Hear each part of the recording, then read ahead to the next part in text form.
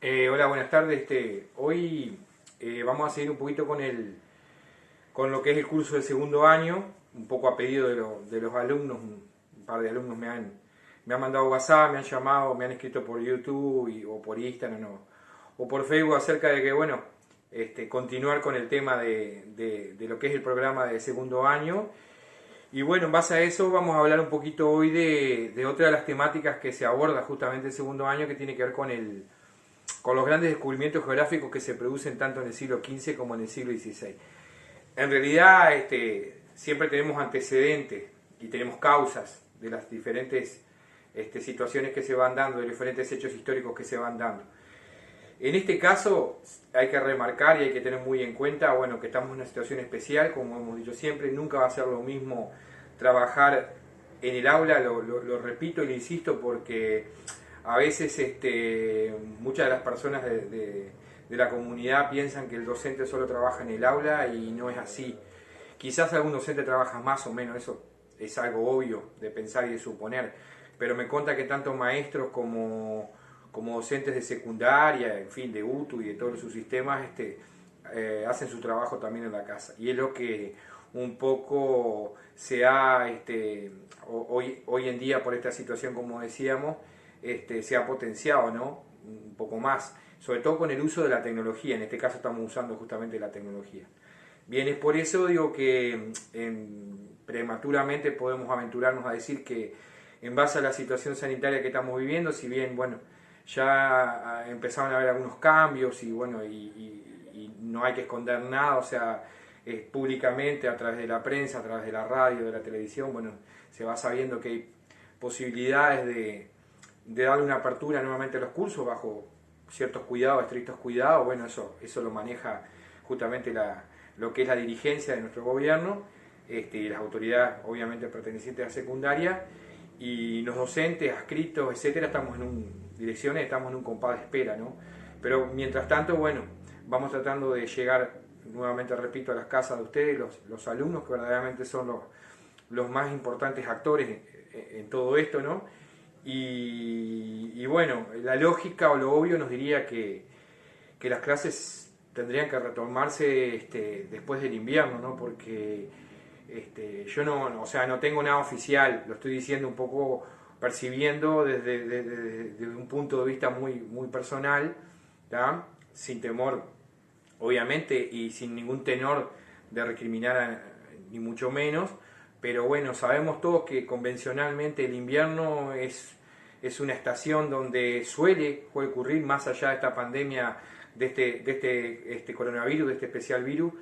Sabemos que los meses de invierno es cuando más se enferman, sobre todo los niños o los adolescentes y, y los adultos, por supuesto. Bueno, ahora está oficialmente está rondando lo que es la campaña para la vacunación, ¿no? Se está publicitando la campaña para lo que es la vacunación y bueno, la gente decide, ¿no? Algunos se vacunan, otros no, pero bueno, eso yo no lo puedo decir, no lo puedo decidir.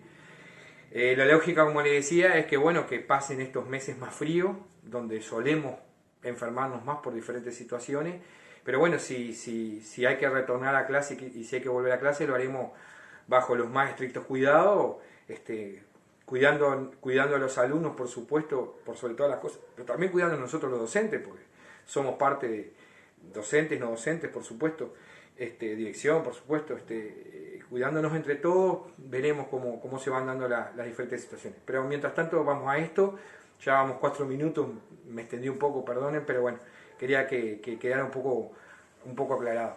El tema que nos convoca son los grandes descubrimientos geográficos, es decir, ya habíamos hablado un poco en el Renacimiento de que estos nuevos paradigmas, estos cambios de mentalidad que operan en la sociedad, ¿tá? Van a determinar determinadas consecuencias y entre esas consecuencias, que yo quizás no lo mencioné en el otro video, de los grandes descubrimientos de la historia, sin duda la imprenta fue uno de los mayores descubrimientos. Si haríamos un ranking del top 10, yo no sé dónde lo pondría, si lo pondría en el número 1, o el 2, o el 3, pero es de los más grandes descubrimientos. ¿Por qué? Ustedes dirán, bueno, que hay muchos descubrimientos, sí, por supuesto que sí, pero la imprenta abrió una nueva era, ¿Por qué abre una nueva era? Porque si en la imprenta, muchos de los conocimientos que se trasladaban a través del libro, acuérdense que en la Edad Media todavía no existía la capacidad de impresión, como podemos ahí configurarnos. Muchas de las cosas se hacían en pieles, había manuscritos, libros se hacían a mano. Es muy bello ver esos libros de la Edad Media, ¿no? Con toda esa pintura, todo era a mano, todo era manual, todo era artesanal de alguna manera. Ahora, bueno, Johannes Gutenberg, que es un alemán, Alemania obviamente que no existía, pero bueno, para identificarnos y para sentirnos más cómodos con eso, es el que descubrió la imprenta. En realidad ya había de alguna manera un antecedente de la imprenta, con planchas, etcétera, etcétera. Bueno, del antiguo Egipto, ¿se acuerdan los papiros, etcétera, etcétera? Pero ahora lo que hace son las letras móviles, o sea, las letras se pueden mover y se puede hacer una combinación y ahí extractar muchas cosas, ¿no?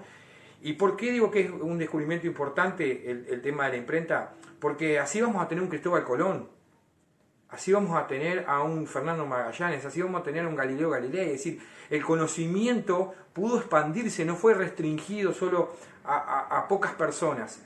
La Biblia justamente fue el libro mayormente editado en esa época.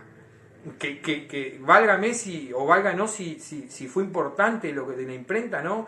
Que ocasionó de alguna manera una revuelta religiosa. Es Lutero, Calvino, obviamente que habrán leído ciertos textos y ciertas cosas, y obviamente que habrán tratado de traducir a su manera la Biblia, ¿no? Pero bien, en el caso, el conocimiento obviamente llega, como decíamos, a muchas personas, y muchas de esas personas empezaron a cuestionar una serie de cosas, y entre esos cuestionamientos estaba en poder navegar hacia una zona que los europeos ya explotaban, algunos de los reinos europeos más importantes de la época ya explotaban. En esto tengo que hacer un parate y justamente volver un poquito y decir que el contexto, el marco histórico es muy importante en la historia. Es decir, un docente de historia tiene que preparar el terreno. Y justamente preparar el terreno es hablar del contexto histórico. No podemos ir a algo bien individual, aunque se puede ir de lo analítico, ¿tá? Pero convencionalmente a veces la mayoría de nosotros lo que hacemos es dar un contexto histórico, dar un marco histórico. Y ese marco histórico justamente es qué situación estaba viviendo Europa.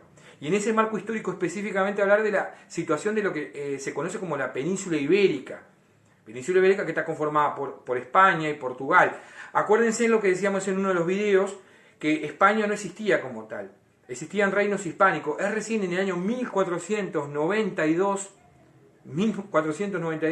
cuando es expulsado uno de los últimos reyes de lo que fue la dominación musulmana, de la dominación mora en la península ibérica. Y justamente son los reyes Fernando e Isabel los que derrotan a Boabdil, que era ese rey moro, y expulsan a los moros. De ahí en más empieza la unificación, de ahí más sí, más adelante podemos hablar de España.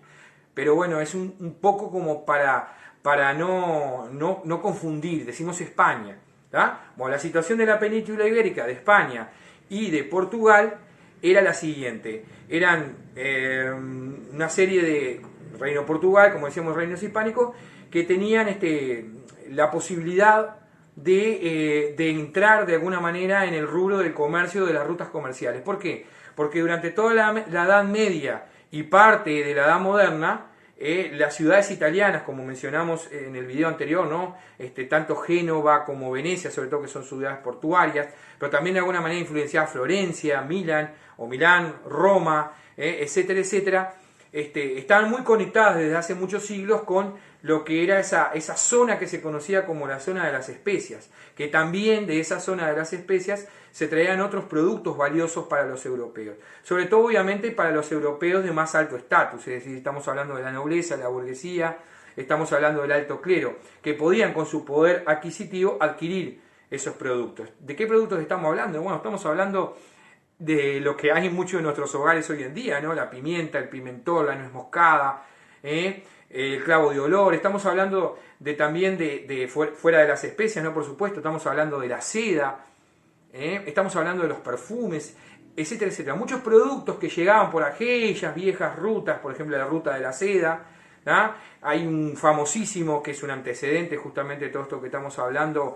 aventurero, una familia de aventureros que eran los hermanos Polo, ¿tá? Marco Polo justamente es el más famoso, y es el que a su llegada, como muchos otros aventureros, relata muchas de esas cosas, y muchos niños y muchos jóvenes escuchaban cuando llegaban los navegantes a esos puertos italianos, y justamente uno de esos relatos quizás fue escuchado por lo que era Cristóforo Columbus, que nada menos que Cristóbal Colón, ¿tá? Que fue maquinando, ideando esa idea de esos viajes a ese lugar. Pero ¿qué pasó específicamente? Y ahí entramos un poco a hablar de las causas. Para poder llegar a ese lugar de la especiería, había que recorrer una cierta ruta. Por muchos años no hubo prácticamente dificultades, y las dificultades estaban en el propio viaje, que muchas veces duraban 1 o 2 años esos viajes, ¿no? Las dificultades estaban en las dificultades naturales, ¿no? Cuando azotaba alguna tormenta, acuérdense que se navegaba prácticamente a ciegas, teniendo en cuenta las constelaciones, imagínense en la noche, en el vacío de la noche, en el vacío de lo que era los mares, etcétera, etcétera, muy, muy difícil navegar, o sea, tenías que ser un ávido navegante para poder realizar ese tipo de emprendimientos, de aventuras, ¿no? Bien, la cuestión es que en el año de 1453, los turcos otomanos, que ya lo habíamos mencionado en el video anterior, van a tomar la ciudad de Constantinopla. ¿Y con eso qué? ¿Qué tiene que ver que tome la ciudad de Constantinopla? Bueno, justamente la ruta principal que emprendían estos europeos, estos mercaderes italianos sobre todo, pasaba justamente por ese lugar. Y al producirse la caída de Constantinopla y la toma de los turcos otomanos, los turcos empezaron a cobrar lo que se cobra hoy en día cuando llegamos a cualquier puerto, un impuesto, un peaje. ¿Ya? Entonces los mercaderes italianos que iban hacia esa zona y que retornaban de esa zona tenían que pagar tanto a su ida como a su regreso una especie de peaje, un impuesto. Y ese impuesto era muy elevado. Y ya no era tan redituable viajar tanto, invertir tanto, para luego, obviamente, a través de un impuesto, quedarse prácticamente sin la ganancia. Era un bien ganancial. El comercio de estos productos que les mencionaba le dejaba mucho rédito a los mercaderes. Se enriquecían muchísimo con esto. Pero ahora ya no. Ahora era muy poco probable que se pudieran enriquecer, más allá de lo que podamos nosotros suponer de los peligros, obviamente, que cerraba todo esto, ¿no? Bien, esa podría ser tomada como una causa económica, dentro de por qué se van a producir los viajes de los descubrimientos geográficos. Bueno, la búsqueda de una nueva ruta, evadiendo justamente esa ruta comercial que, como decíamos, no era redituable ya, y buscar de otra manera, por otro lugar, también llegar a la zona de la especiería. Los primeros que se lanzaron a esa búsqueda fueron los portugueses. Hubo un príncipe muy conocido llamado Enrique el Navegante, que creó inclusive una escuela de cosmografía en Portugal, en Lisboa específicamente, o en Sagres, la escuela de Sagres, que posibilitó que muchos fueran a estudiar ahí el arte de la navegación. Y justamente fueron los portugueses, allá por el 1420 y algo, 1430 y algo, 1460 y algo, que empezaban a lanzarse en esa búsqueda de una nueva ruta para llegar a la zona de las especias. ¿Tá? Pero también desde el punto de vista de las causas económicas, tenemos lo que es la búsqueda de oro.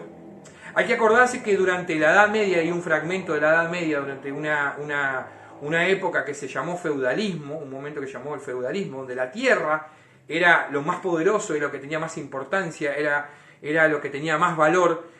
Cuando florecieron las ciudades a fines de la Edad Media, empieza a recobrar de alguna manera de nuevo lo que es el tránsito y la acuñación de la moneda. Y las monedas prácticamente las más, obviamente, más valiosas eran las de oro y de plata.